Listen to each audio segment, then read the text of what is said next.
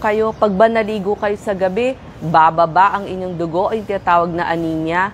Hindi nyo alam, meron kayong mga nararamdaman na senyales na pala na mababa ang inyong dugo or kulang kayo sa dugo.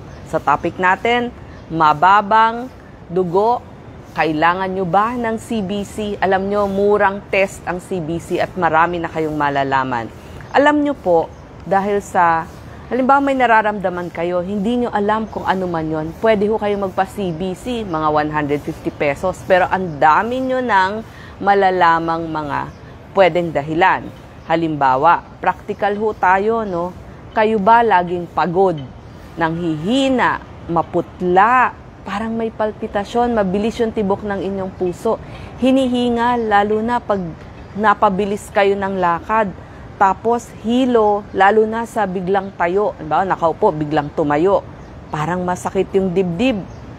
Ito pa, malamig, masakit ang inyong binti. So akala nyo nagka-cramps lang o namumulikat. Ganon din yung malamig at masakit na kamay at paa. Pwede yan. Masakit ba ulo nyo? Tapos pag nakahiga kayo sa gabi, dinig nyo sa tenga nyo yung inyong mga palpitasyon. O kaya minsan may naririnig kayo, parang dinig nyo yung daan ng dugo dun sa inyong tenga. Tapos nagka-crack yung labi. Tapos hindi kayo makakonsentrate. Pag nakita nyo yung anak nyo, bumababa ang grades. Tapos lagi nga may cramps. May dahilan bakit tayo nagkakaroon ng mababang dugo. Hindi po dahil sa pagligo sa gabi. Maaaring malakas pala kayong magdugo, akala nyo normal lang. O kaya hindi gumagawa ng pulang dugo ang inyong katawan. O kaya kulang kayo dun sa mga vitamina, yung mga vitamin B, tsaka folic acid, iron, vitamin C na kailangan nyo. At mabilis masira ang inyong RBC. Pag sinabi kasing RBC, yan yung nakikita dun sa CBC. Kaya nga sinasabi ko sa inyo, pag hindi nyo maintindihan nararamdaman nyo, magpa-CBC lang kayo. Kasi yung red blood cell nyo, di meron siyang hemoglobin, protina yon. Doon kakapit yung oxygen nyo at dadali niya sa buong katawan. Kapag kulang yon, kaya kayo hinihingal, kaya nanlalamig ang inyong mga paa at kamay. Kaya mabilis nagpapalpitasyon. Nung una, hindi ko pinapansin yan. Ito pala yung mga dahilan. Pag nag-blood test kayo, pag lalaki, mga 12, mga 13.5, yun yung normal sa kalalakihan. Sa kababaihan, 12 pataas. Ngayon, may mga babae bumababa 10. Naranasan ko po yun. 10, 8, 6. Bakit? Kasi anemic na pala. Bakit? Malakas magregla. Akala natin normal lang sa atin na ang lakas-lakas na pala ng regla natin. So, pag ganon, punta na ho kayo sa inyong OBGYN. Yung mga taong may sakit sa bato. Kasi, hindi na gumagawa yung kidneys nila ng hormone na erythropoietin. So, yung makakilala nyo na may kidney disease, lagi silang anemic, namumutla. Kasi nga, kailangan na nila nung injection na erythropoietin. May mga tao, dugo ng dugo ang ilong. So, yung kakadugo ng ilong nila, bumababa na yung CBC nila.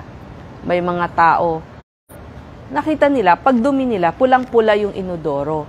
Kailangan po pumunta tayo sa gastroenterologist, sa surgeon or colorectal surgeon, o kaya ipatest din. Kasi yung mga dumurugo ang tiyan, baka po may problema tayo. Bawa naka-aspirin tayo, o kaya baka may bukol sa tiyan. So kailangan malaman natin ng maaga. Pwede rin sa pag-ihi. Hindi nyo napapansin, umiihi na pala kayo ng dugo. So, kailangan natin dyan, urologist. Baka may problema sa pantog o sa kidney para maagapan. Ngayon, yung mga tao na nagkaroon ng sakit sa puso na tinatawag na heart failure, napansin nila nung mga doktor, nagkakaroon din sila ng anemia, iron deficiency anemia. Tsaka mas namamaga yung kanilang atay. Kaya kakapakapain din yung atay, ha? Kasi hindi na gumagawa na or mas gagawa yung atay mo ng hormone na hepcidin para yung iron mo manatili dun sa iyong mga cell. Yung mga buntis, bagong panganak, kaya nga sila binibigyan ng masustansyang pagkain kasi maraming dugong nawala sa kanila. Yung mga senior, ito, hindi kayo nakakakain ng maayos. Baka may malnutrition na. O kaya dahil walang ganang kumain, hindi na nakakakain ng mga pagkain mayaman sa iron, folic acid. So ito yung mga karne, isda, manok. Baka hindi nyo na nakakain yan kasi nga may problema sa pagkain. Kulang kayo sa nutrisyon. Ganon din yung mga bata. Kapag ang mga bata kulang sa iron, anemic, hindi ho sila makapag-aral mabuti, hindi makakonsentrate. Kaya mababa ang grades. Sa Pilipino po, mababa lagi ang grades natin. Ngayon, paano mo i-check? Sabi ko nga, CBC lang, ang dami nyo nang malalaman. At isa pa, tignan nyo yung ilalim ng talukap ng mata nyo. Baka naman maputla. Tignan nyo yung palad nyo. Ito medyo maputla din. So, dyan lang po malalaman nyo na. Pag pumunta kayo sa doktor, baka may murmur. So sila lang po yung makakadinig doon. Pero kayo, mararamdaman nyo. Mabilis yung palpitasyon. Hinahabol, irregular. Tapos parang hingal nga kayo. Laging hilo. So kailangan po mag-visit tayo sa ating doktor. Yung mga buntis, kailangan painumin agad ng iron, tsaka folic acid. Yung mga bata at tsaka sanggol, tignan po natin yung mga binibili natin mga cereals sa kanila. Baka kailangan yung, pati yung gatas iron fortified foods para gumanda yung pag-aaral ng inyong mga anak. Pagdating sa pagkain, pwede, kasi minsan yung iba nagda-diet o dahil sa kakulangan ng pera, hindi po makakain ng mga baka, baboy, manok, kailangan ho yan. Ang mura-mura, berdeng dahon ng gulay. Pag nagtitipid pa yung mga tokwa, munggo, beans, marami ho yan. Pero tutulungan nyo ng vitamin C para ma-absorb yung iron. Itlog, mani, kasoy. Sa prutas, pakwan, maraming iron. So sana po, ito pong mga tips natin. Huwag niyong pagbintangan yung paliligo sa gabi. Marami hong dahilan ba't bumababa ang ating CBC. So napakaganda po ngayon ng ating kalawakan. Tapos yung view natin, very green.